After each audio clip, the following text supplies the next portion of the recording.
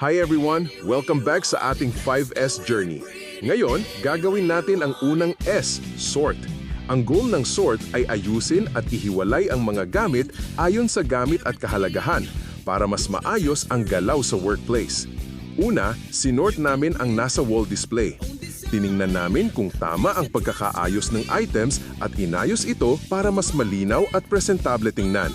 Next, sa shirt cabinet, inorganize namin per size at per category para mas madali itong hanapin at hindi magulo tingnan. Sunod, ang bomber jacket rack. Inayos namin ito para hindi halo-halo ang sizes at styles at mas madaling makita ang mga available na designs. Panghuli, sa pending pickup area, tiningnan namin ang status ng mga orders at inayos ang pagkaka-layout para mas klaro at hindi makalat. Ang sort ay tungkol sa pag-aayos ng gamit based sa gamit nito sa araw-araw. Kapag nakaayos lahat, mas mabilis at mas maayos ang trabaho. Thanks sa panonood. Tandaan, ayusin ang kailangan, ihiwalay ang hindi ginagamit. See you sa next 5S activity.